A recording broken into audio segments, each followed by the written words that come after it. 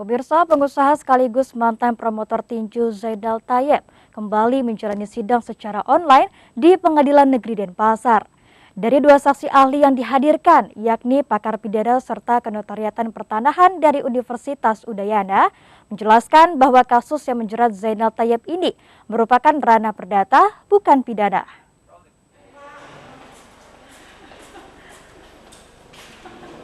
Hal ini disampaikan Made Gede Subakar Maresan sebagai saksi ahli bidang kenotariatan pertanahan dari Universitas Udayana dalam sidang online di Pengadilan Negeri Denpasar dengan terdakwa pengusaha Zainal Tayeb. Karma menjelaskan perkara yang menjerat Zainal Tayeb ini merupakan ranah perdata, bukan pidana. Zainal terjerat kasus pidana setelah dilaporkan keponakannya Hedar Giacomo Boysyam yang mengaku ditipu hingga 21 miliar rupiah. Kasus bermula saat Zainal menjalin kerjasama dengan Hedar dalam sebuah akte perjanjian untuk pembangunan dan penjualan rumah dengan pembagian keuntungan 50-50. Dalam persidangan yang dipimpin Majelis Hakim Iwayan Yase ini, Karma menjelaskan seorang pengembang perumahan harus memikirkan fasilitas umum dan sosial serta saluran air yang seharusnya telah diperhitungkan dalam tanah yang dikerjasamakan. Hal ini menyebabkan luas tanah yang ada di sertifikat induk setelah menjadi kaflingan pasti akan berbeda. Development atau pengembangan ya, tentu saja kita mengenal adanya rencana pengembangan kawasan ya. Kemudian ada namanya LISIBA, lingkungan siap bangun ya. Nah, ketika berbicara ini semua ya, rencana ini semua tentu saja juga harus memperhatikan ketika membuat rencana pengembangan kawasan. Sudah harus memperhitungkan tata ruang, sudah memperhitungkan syarat teknis, syarat administratif, syarat tata ruang maupun syarat ekologis. Artinya semua hal ini sudah terencana. Nah, sehingga kalau kita berbicara bidang tanah mana yang akan direncanakan, tentu saja pengembang dari awal sudah harus memperhitungkan itu semua.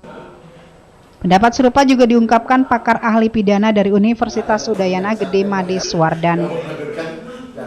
Bahkan dakwaan jaksa untuk Zainal dinilai belum memenuhi unsur dalam pasal 266 dan pasal 378 KUHP tentang memberi keterangan palsu dalam akte otentik dan penipuan. Jadi kaitan dengan apa yang saya maksudkan di pasal 266 itu yang ditonjolkan.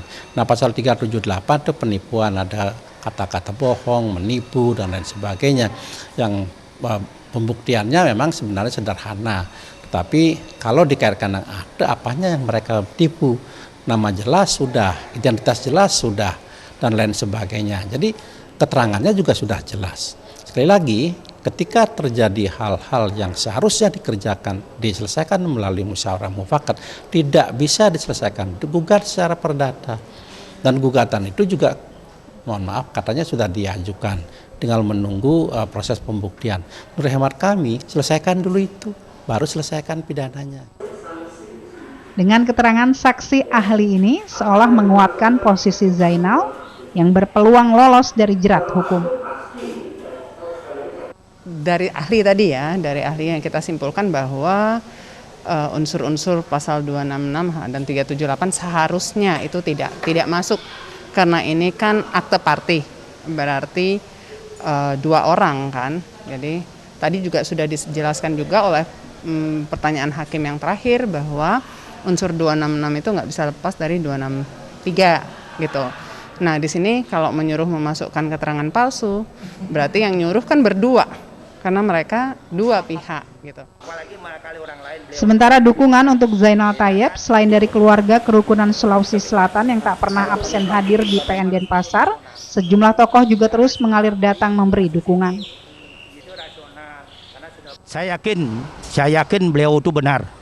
Saya yakin mudah-mudahan dari pengadilan bisa memberikan yang terbaik lah dan membebaskan beliau. Beliau itu terus terang, saya tahu itu orangnya tidak neko-neko, orangnya luar biasa.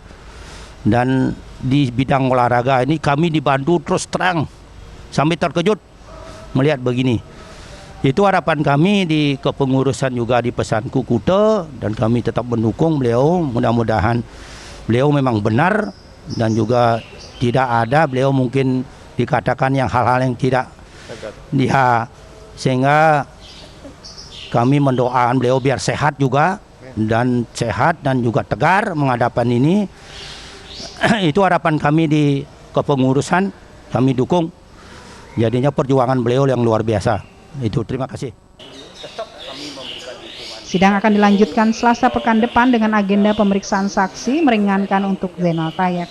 Dalam sidang mendatang, Majelis Hakim juga akan memberi jawaban terkait permohonan pemeriksaan setempat yang diajukan Zainal Tayyip melalui kuasa hukumnya.